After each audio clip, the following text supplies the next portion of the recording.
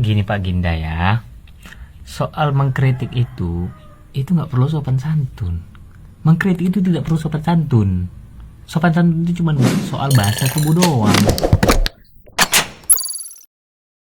Halo netizen yang tercinta, Ayah Bima Yudha Saputro, Juliman tak gentar sama sekali saat berdebat melawan Ginda Ansori yang diyakini publik bekerja untuk Gubernur Lampung. Bima Yudha sendiri merupakan seorang konten kreator yang menggunakan akun TikTok dengan nama Albimax. Albimax belum lama ini mempresentasikan alasan Provinsi Lampung gak maju alias tertinggal. Sayangnya, usai menyampaikan kritik tersebut, Bima Yudha dilaporkan oleh Ginda Ansori. Ayah Bima, Juliman pun berkesempatan hadir di siaran televisi dan berdebat dengan Ginda Ansori. Pengacara yang diduga bekerja untuk Gubernur Lampung itu mempertanyakan cara didik Juliman kepada Bima. Pembawa acara sempat meminta Ginda Ansori untuk tidak menanyakan hal semacam itu, tetapi Ginda tak mengindahkannya. Tak merasa terpojok dengan pertanyaan Ginda, Juliman menjawabnya dengan enteng. Jawaban itu menuai tepuk tangan dari orang-orang di studio. Baik, Pak Juli. Siapa? Alhamdulillah, dilindungi Ya, Allah. ada satu hal yang perlu saya sampaikan bahwa kalau Bapak bicara intimidasi, saya adalah orang pertama Pak yang nanti akan membela Bapak kalau kemudian Bapak ternyata diintimidasi dan diberhentikan. Itu satu ya Pak. Terus yang kedua ada yang menarik nih Pak Juli, bahwa Bapak menganggap apa yang jadi konten-konten anak Bapak itu dianggap adalah benar. Apakah Bapak juga mengajarkan cara berbicara Lampung Dajjal, terus kemudian berbicara tentang, maaf ini ya, goblok, anjing, dan lain sebagainya hanya untuk kepentingannya sendiri Pak? Apakah itu Bapak yang tidak mengajarkan personal kalau ya, Bapak Pak Ginda, ya? mengatakan itu baik? Tidak gini. Ya.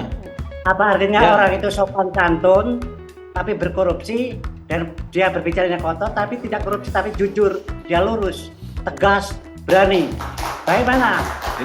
Kan sopan santun, etikanya baik tapi berkorupsi. Ingin saya tanya, Silakan Pak Ginda. gimana kenapa? Kalau saya itu mengajarkan Ya, anak jadi tuh, gini. Ya, jadi gini pendidikan Pak, itu artinya kita gimana?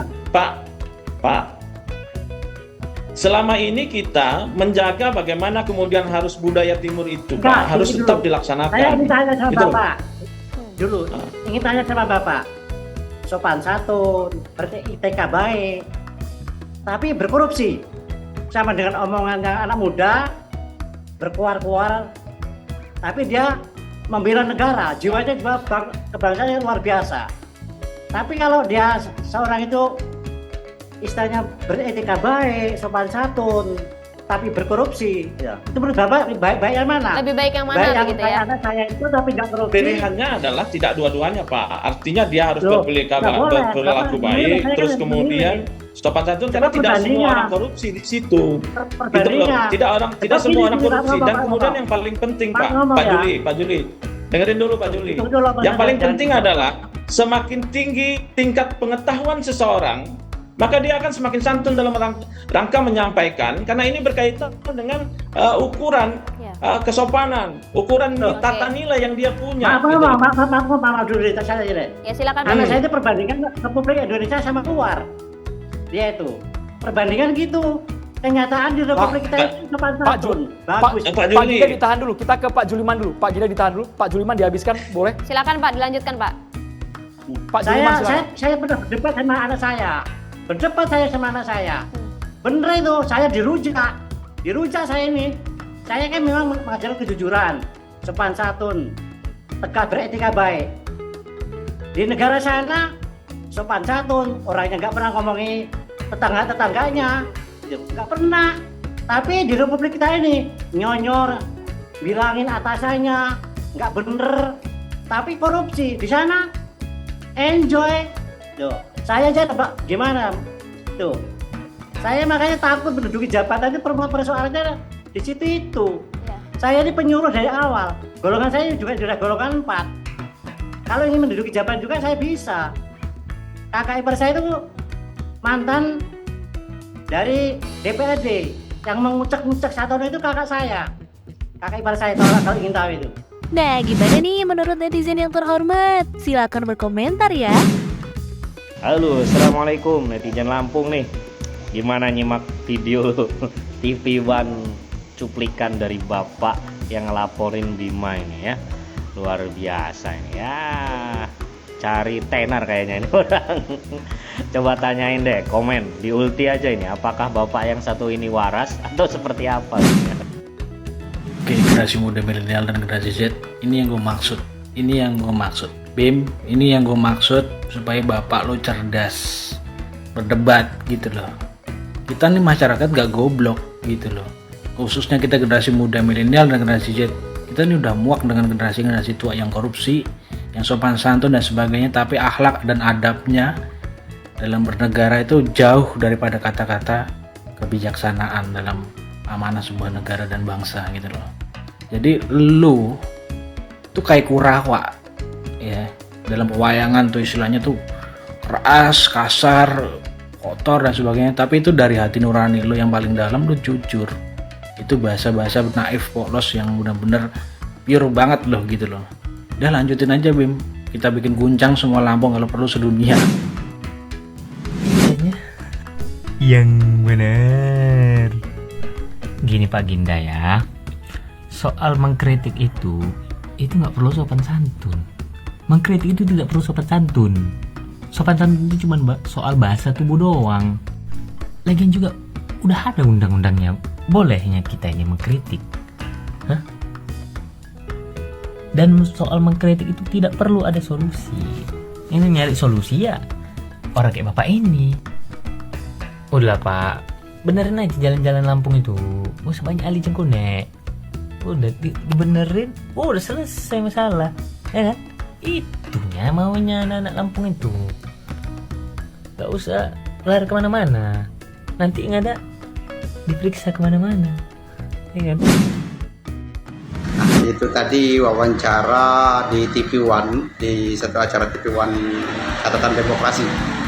Itu antara orang tuanya Bima dengan pengacaranya Gubernur Lampung, yaitu Pak Ginda. Maaf, saya tidak bisa menyebutkan nama jelas, nama panjangnya. Saya minta maaf.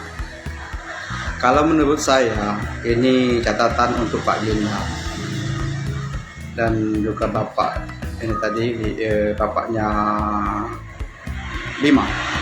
Pak Ginda itu kan orang cerdas, orang pintar, orang bermartabat. Nah, jadi asal mulanya itu adalah kritikan masalah infrastruktur, pendidikan, dan korupsi di daerah Lampung.